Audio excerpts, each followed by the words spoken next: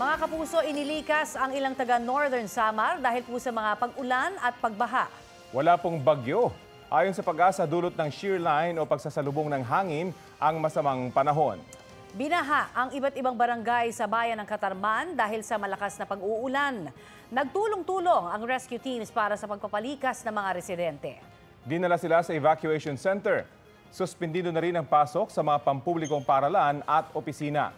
Ipinaubaya naman ang pagsususpindi ng mga pasok sa mga pribadong institusyon. Sa bayan naman ng Lope de Vega, mahigit 70 pamilya ang inilikas dahil sa masamang panahon. Nagdulot din ito ng pagguho ng lupa sa Barangay Bonifacio, kaya hindi na madaanan ang kalsada roon.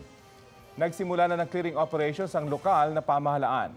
Namigay na rin sila ng relief assistance sa mga lumikas. Update po tayo sa sitwasyon sa Catarman, Northern Samar na nakararanas po ng matinding pagbaha. Nakasalang sa Balitang Hali si Northern Samar PDRMO Chief Ray Josiah Echano.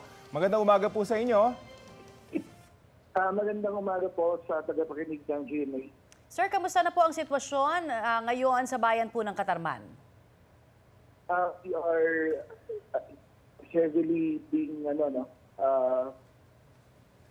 overwhelmed by a great flooding caused by shear line. No? Worst to sa kasaysayan ng pagbabaha dito sa amin. Nilagpasan nito yung pinakamalakas na pagbabaha na nangyari noong 2019 dahil sa Typhoon Tisoy. Ang binuhos niyang rainfall volume in the past 24 hours is 618 millimeters. No? 6 times mas mataas sa red alert threshold namin sa usapin ng flooding sa rain. Opo. At ilang pamilya na ho ang kasalukuyang naililikas na? Unfortunately, at this point po, ang data namin is hindi pa ma-consolidate, kasi kaninang umaga lang to, nabulaga kami ng baha na sobrang papataas, no?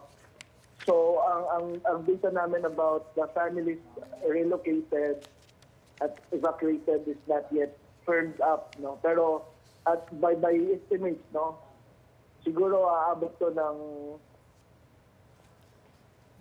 50 to 60% ng population. Nako. Dito lang sa ano namin, no, dito lang sa isang barangay na kinalalagyan ng provincial government, we are already hosting around 800 individuals sa Capitol Gym namin, no? Opo.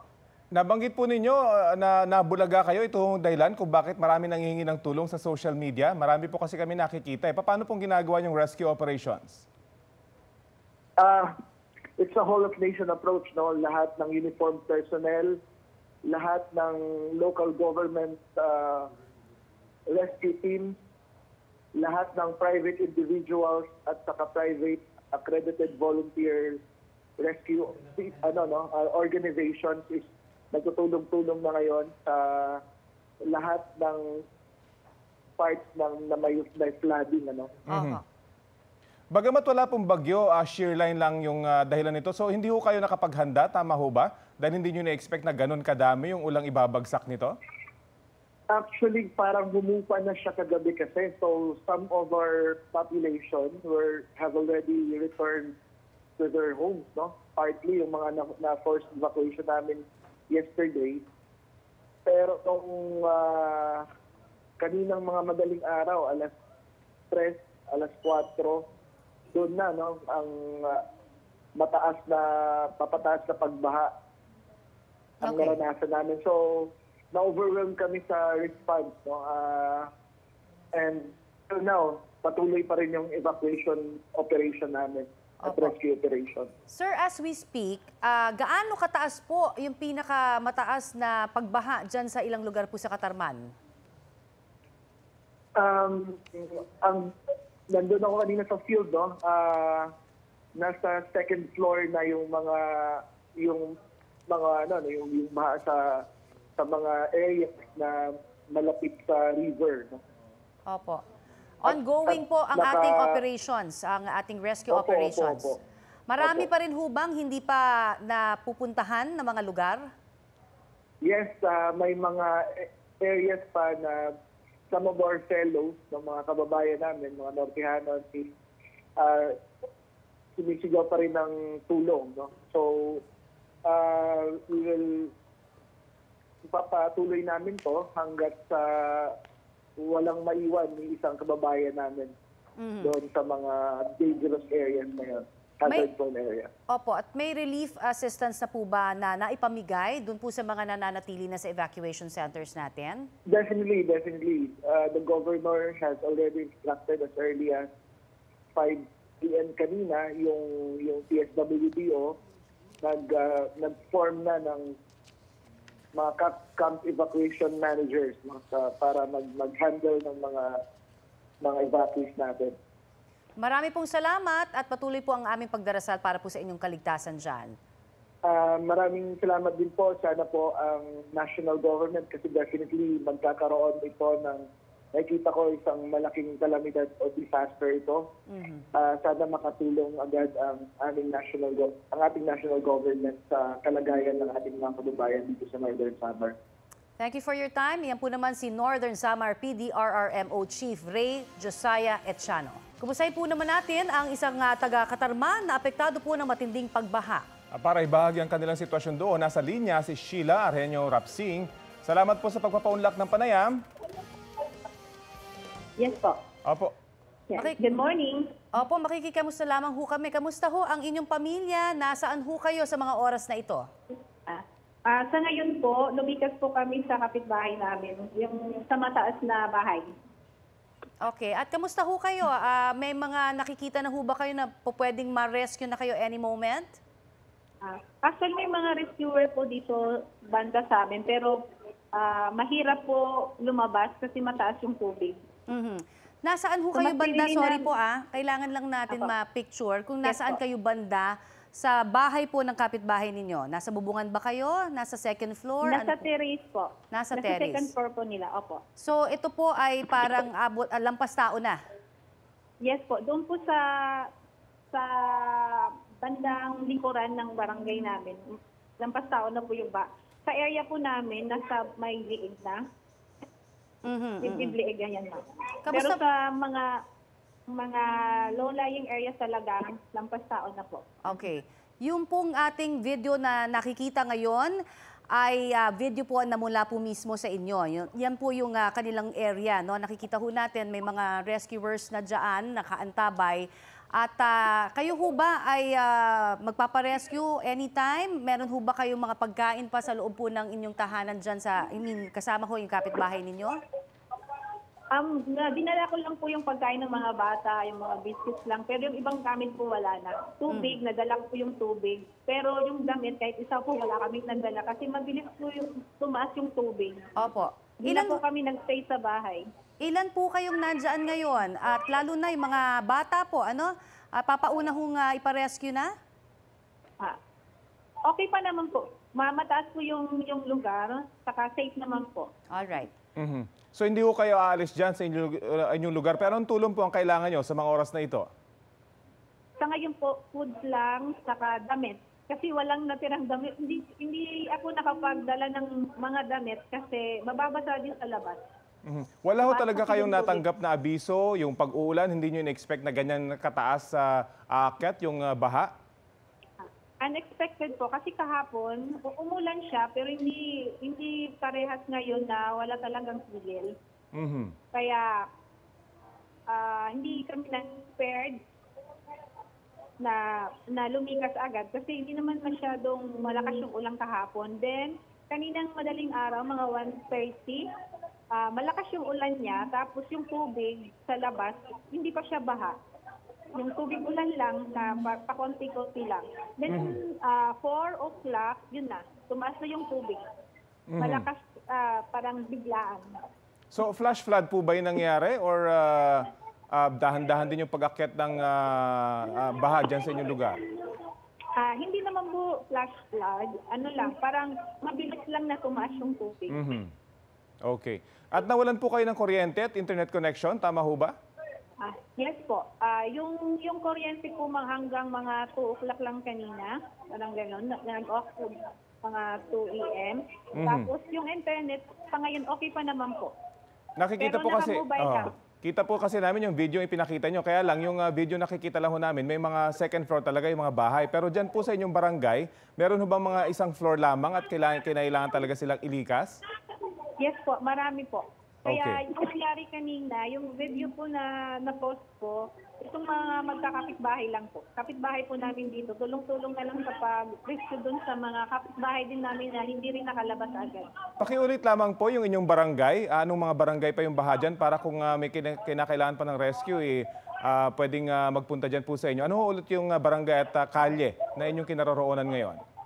Sa ngayong Barangay Ipil-Ipil, Purok Dos, pero mas marami pa ata doon sa likod yung ibang mga purok dito sa amin. Anong Mas lugar po malayo yun? Barangay Ipil-Ipil din po. Tapos yung Barangay Nara, yung katabing barangay namin. So mas mababa pa ho yung lugar na yon. So mas nangangailangan sila ng rescue, ganun ho ba? Yes po, yung doon po sa likod. Kasi mas mababa po yung area nila kaysa dito sa amin. Ngayon nyo lang ho ba naranasan yung ganyang kataas na baha? Yes po. Since birth ko po, ngayon lang din po ako naka-experience ng ganitong baha. Kung may panawagan ho kayo, nasa sa inyong pagkakataon ho, manawagan ho kayo ngayon. Siguro, hingi na lang kami ng tulong, more prayers para maging safe po yung lahat ng apektado ng matinding pagbaha sa Northern Samar at saka sa ibang lugar ng Pilipinas. Yung rescue po na isinasagawa, mga ilang oras na po nakaraan ito at meron ho ba nangyayari pa ngayon rescue dyan sa tapat po Yes ninyo? po. Actually, sa ngayon po, nasa harap ko po yung mga pulis. Ongoing pa, okay. Yung mga pulis po dito sa amin, andito ngayon sa harap ko. So siguro yung mga may resources no, na malapit yan sa inyo na hindi pa naman inaabot ng baha, baka pwedeng tumulong dyan sa inyong lugar. Yung magkakapitbahay na lang, yung magkakapitbahay po, tapos yung mga uniform, mga Personnel, pulis po. Okay. Sige, papatuloy kami mag-update. Hihingi ng update sa inyo at hihingi rin ng tulong para po sa inyo dyan. Maraming salamat po sa Okay. inyo. At mag-ingat Thank you po po. kayo. Si Sheila Reño Rapsing ang nasa linya po ng ating komunikasyon. Wala nga pong bagyo pero ilang araw ng masama ang panahon sa iba pang lugar sa Visayas.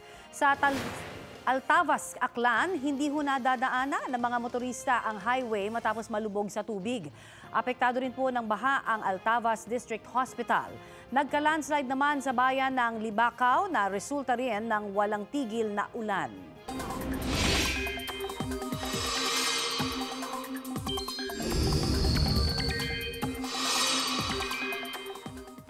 At ngayong araw mga kapuso, nagpapatuloy ang masamang panahon sa Visayas at ilang bang bahagi ng bansa. Ayon sa Pag-asa, epekto pa rin iyan nitong shear line o ang pagsasalubong ng malamig na hanging amihan at ng mainit na easterlies. Umiiral naman sa Luzon ang amihan. Base sa rainfall forecast ng Metro Weather, maulan ngayon sa halos buong Visayas at Mindanao. Uulanin din ang ilang panig ng Southern Luzon. Posible ang ulan sa ilang bahagi ng Northern Luzon sa mga susunod na oras. Dapat maghanda ang ilang lugar mula sa banta ng baha o landslide na pwedeng resulta ng heavy to intense rains. Isa ang patay samantalang dalawa naman ang sugatan matapos araruhin ng isang bus ang waiting area sa isang terminal sa Balanga City, Bataan.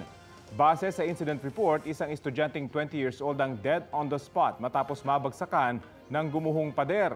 Nakaupo ang biktima sa hanay ng mga upuan sa loob ng mabagsakan ng pader. Isinugod naman sa ospital ang isang babaeng 55 years old na nahirapang huminga at isang lalaking 39 years old na nabalian ng buto. Ayon sa mga pulis, posibleng aksidenteng natapakan ng driver ng bus ang accelerator kaya umabante at tinamaan ng pader at salamin. Patuloy pa ang investigasyon. Nahulog naman sa isang bangin sa barangay Magsaysay, Infanta, Quezon ang isang owner-type jeep. 3 ang naiulat na nasawi habang 7 ang sugatan kasama na ang driver. Base sa investigasyon, papunta sa isang church activity ang sasakyan nang mawalan ito ng preno. Ayon sa pulisya, nagkausap na ang simbahan at mga kaanak ng biktima. Ang mga nagpakilalang pulis na tumangay sa isang vault sa Zamboanga City at ang mahigit 100 na food poison sa isang kasalan sa Bukidnon. Sa balitang hatid ni Kent Abrigana ng GMA Regional TV 1 Mindanao. Nagkagulo sa sitio Kalapat, Barangay Tagbak sa bayan ng Talakag, Bukidnon nang biglang makaranas ng pananakit ng tiyan ang ilang residente sa lugar. Nahimatay ang ilan, kaya agad silang isinugod sa mga ospital sa Malaybalay City, Valencia City, Pangantukan at Talakag.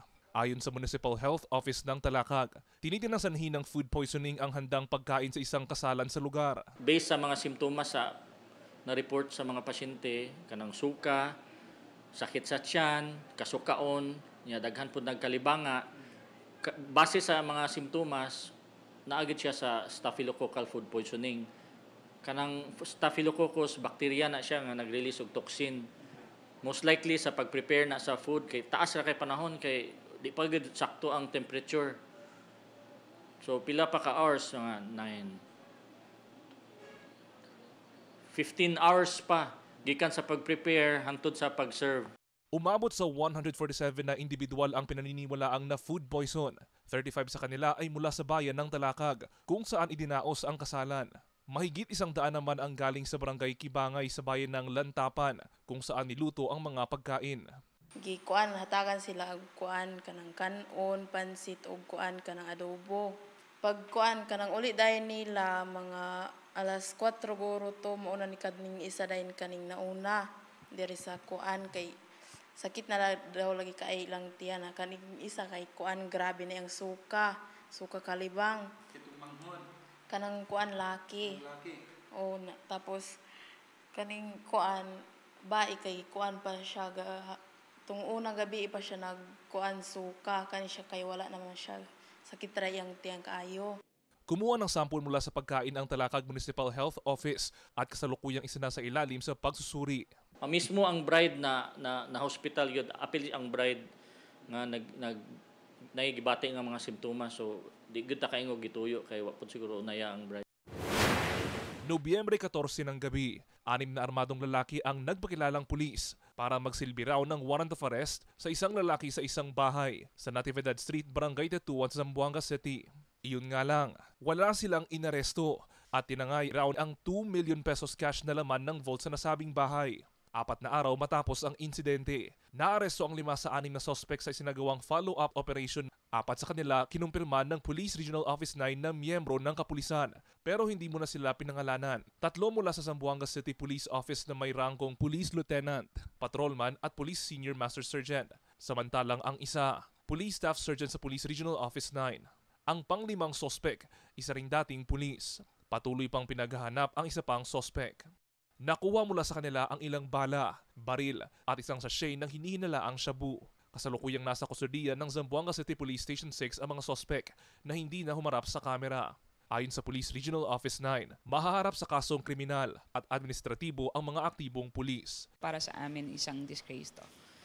Hindi katanggap-tanggap na gawain ng isang kapulisan. So we will continue to investigate further for networks, for links. Hindi natin alam kung ito bang mga involved dito, may mga kasamahan pa iba. Ito pa mabilisang balita. Arestado ang 3 drug suspect matapos salakayin ng isa umanong drug den sa barangay Mabolo 3 sa Bacoor, Cavite. Humigit kumulang 15 gramo ng hinihinalang shabu ang nakumpiska na abot sa 100,000 pesos ang halaga. Wala silang pahayag.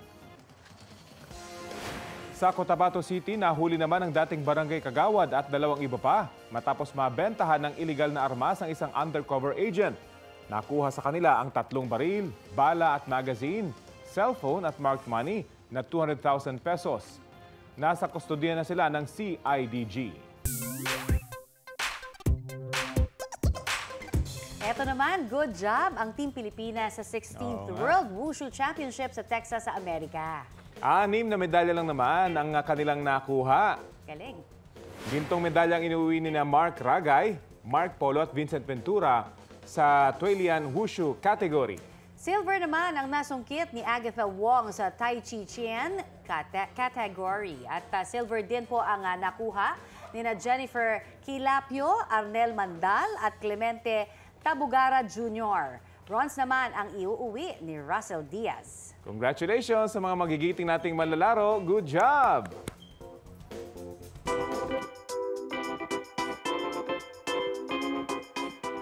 Mga mare, from screen to face ang pagpapakilig ng One Piece star na si Makenyo Arata kagabi. I'm enjoying the Philippines, Manila. I hope to be back soon, and when I do, I'll see you guys there. Yan ang iniwang pangako ng Japanese actor sa kanyang Pinoy fans nang hiningaan namin siya ng mensahe. Sa kanyang Closer to You fan meet game si Makenyu sa Tagalog Challenge at Q&A portion. May cute interaction pa siya sa isang mini-me fan na suot ang kanyang Roronoa Zorro costume. Last Saturday sa Manila Pop Culture Convention 2023 naman, dinala ni Makenyu ang One Piece Fever. Nakisaya rin dyan ang bagong sangres na sina Bianca Umali, Faith De Silva, Angel Guardian at Kelvin Miranda. Heto pa sa Money Popcorn din, unang ipinalabas ang teaser ng Encantadia Chronicles, Sangre. Ramdam na agad ang fantasy na hatid ni Terra, Flamara, Dea at Adamus.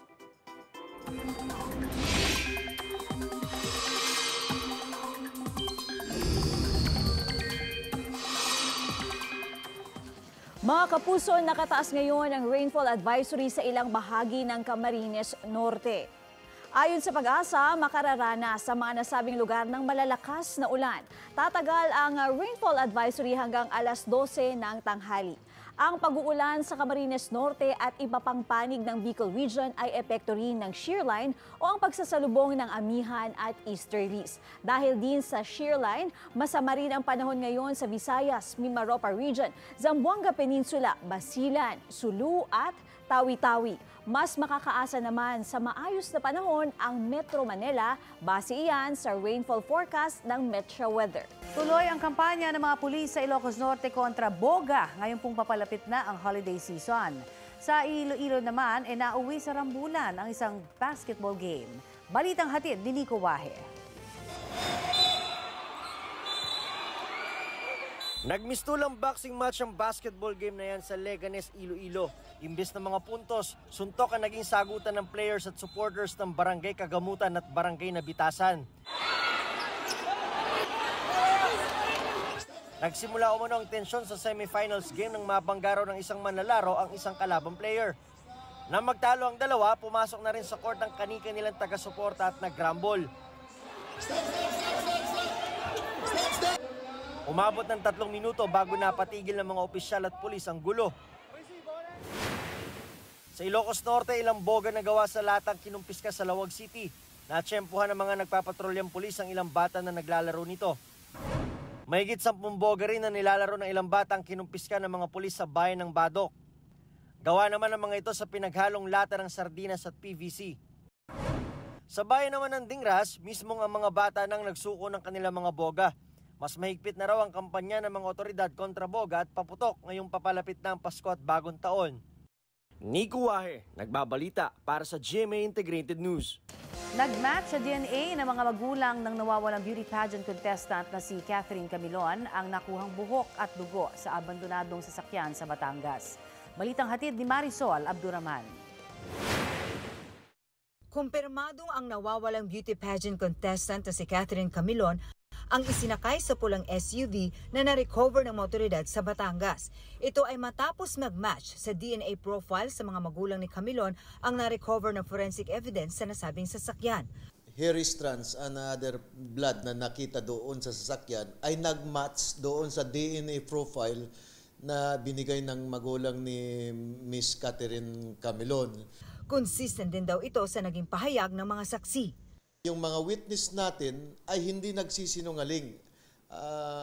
There is a corroborative evidence na talagang yung nakita nilang babae na binubuhat ng mga suspects natin ay certainly ay si Miss Camilon yun. Mas bumigat yung kaso na isinampa natin doon sa mga suspects. Pero tuloy pa rin daw na nangangalap ang mga otoridad ng forensic evidence na magdidiin sa mga suspect. Our PNP forensic groups chemists are trying to examine para makapag-lift ng fingerprints doon para i-match doon sa mga nasampahan natin mga suspects. Nauna nang sinampahan ng kidnapping at serious illegal detention ang suspect na si Mayor Alan Di Castro at 3 iba pa.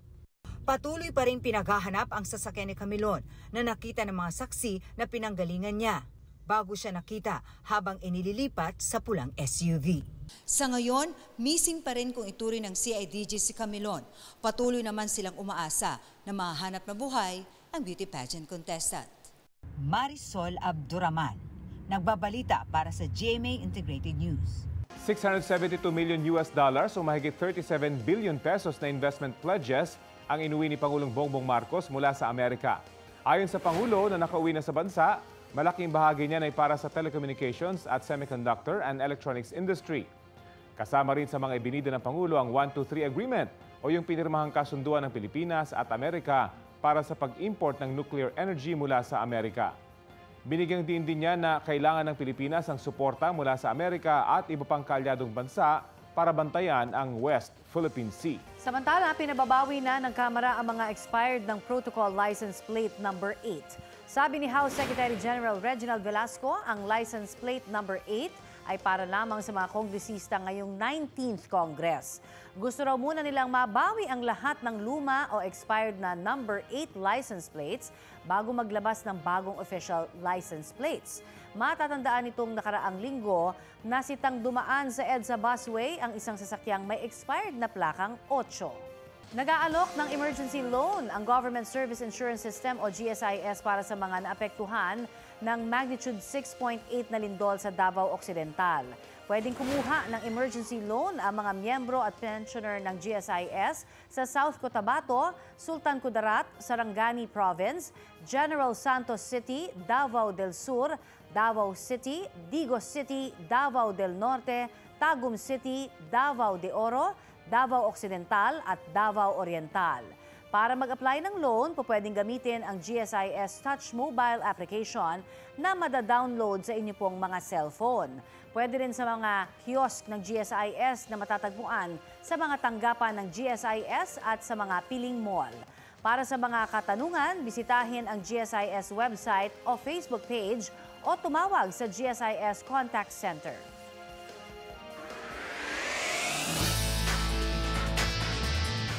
Binuksan ng Lyceum of the Philippines University ang kauna-unahang esports laboratory at arena sa bansa sa loob ng isang universidad.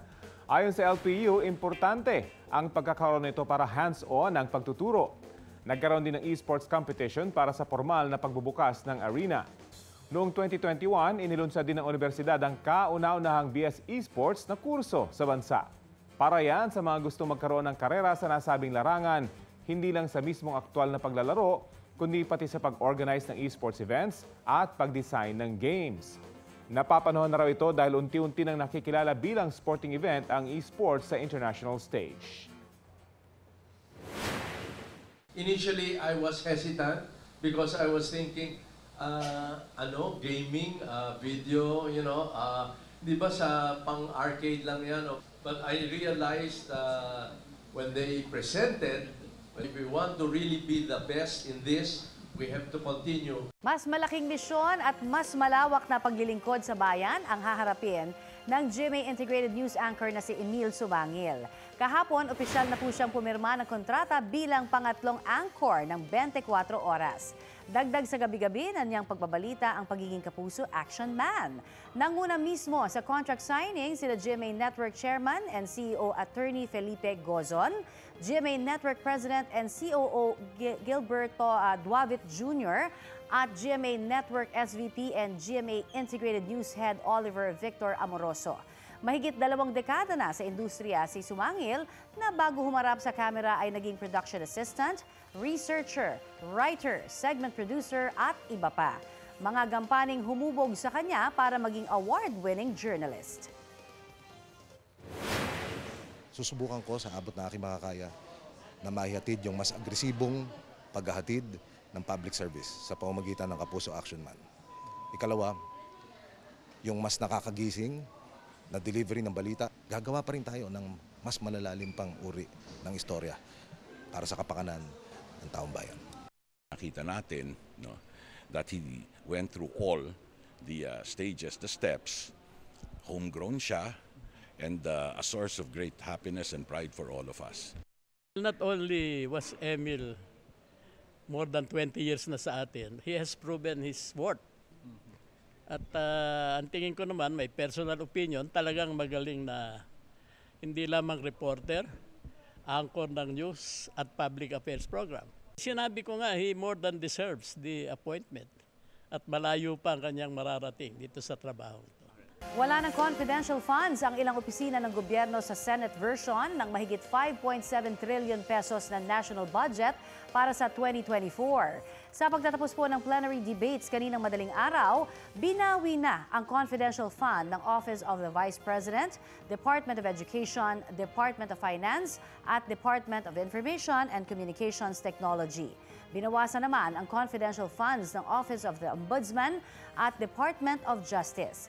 Ayon kay Senate Finance Committee Chairman Sonny Angara, gagawa pa sila ng amendments sa General Appropriations Bill bago isalang sa second at third readings. Tapos isasalang naman sa BICAM bago ipadala sa Malacanang. Nakiisa ang Sparkle Stars at Sparkle Teens sa Climate Talk series ng GMA Network at Nestle Philippines. Present dyan sina Matt Lozano, Sandro Mulak, Shuve Etrata at iba pang Kapuso Stars na inimbitahan para maging climate warriors. Tinuruan ng Sparkle artists kung paano maging maingat sa kanilang lifestyle. Bilang public figure, nagka-training din sila kung paano gamitin ang kanilang social media platform para maipalaganap ang good cause. Dumalo rin ang award-winning journalist na si Howie Severino na nag-share ng kanyang experiences sa pagbabalita tungkol sa climate crisis.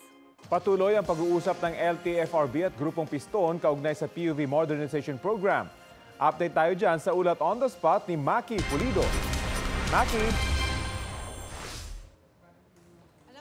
Ang sabi ng LTFRB ay handa raw sila na mag-adjust sa ilang kahilingan ng Grupong Piston para lang matigil na itong 3-day transport strike na kanilang ikinasa. So tatlo raw yung doable. Ayon kay Celine Pialago, siya yung spokesperson ng LTFRB. Una na rito yung pag-waive sa penalties na kung tawagin nila ay confirmation fees. Ito yung binabayaran ng mga jeepney operators sa LTFRB bago makapagrehistro ng kanilang mga sasakyan sa LTO. So may mga operator daw kasi na may mga penalty na dahil hindi nabayaran. So sa halip na 1,000 pesos yung taunan nila na confirmation fee, yung may mga penalty raw ay umaabot na sa 5 to 10,000 pesos. Ikalawa, yung pag-extend ng prangkisa mula 1 year to 5 years, yun nga lang, kailangan mag-file muna sila ng petition to modernize. At ikatlo, yung pag-revisit o pag-usapan muli yung omnibus franchising guidelines. Ang non-negotiable raw, ito ay ayon sa LTFRB, ay yung pagbuo ng kooperatiba. Basic requirement daw kasi ito sa modernisasyon. Pero sinimplehan naman daw yung proseso. Basta mag-file lang daw bago ang deadline na December 31. Ang sabi ni Pialago, walang pressure para modern agad yung Jeep pagpasok ng 2024. Maari pa ring mamasada mga ito basta pumasa sa roadworthiness test ng LTO. Pwede nga raw kahit walang hinain na modernization petition pero ito'y habang hindi pa kumpleto ang naitakdang bilang ng Jeep sa isang ruta. 50 jeeps lang sa isang ruta.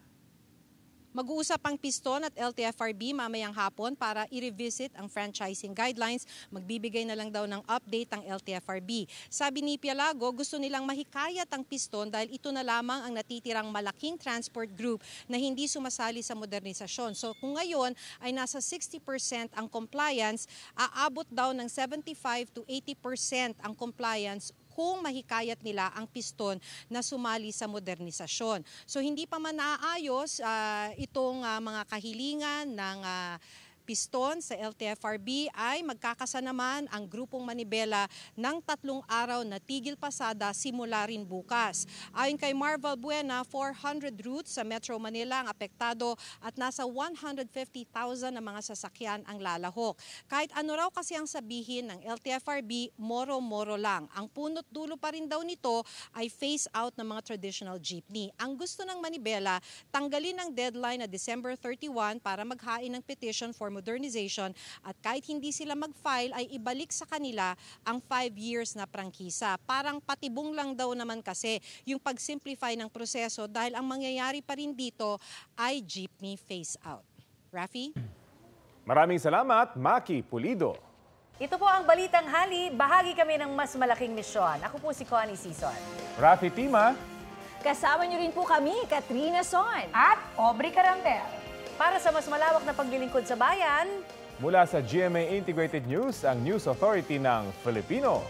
Kapuso, alamin ang maiinit na balita. Bisitahin at mag-subscribe sa GMA Integrated News sa YouTube.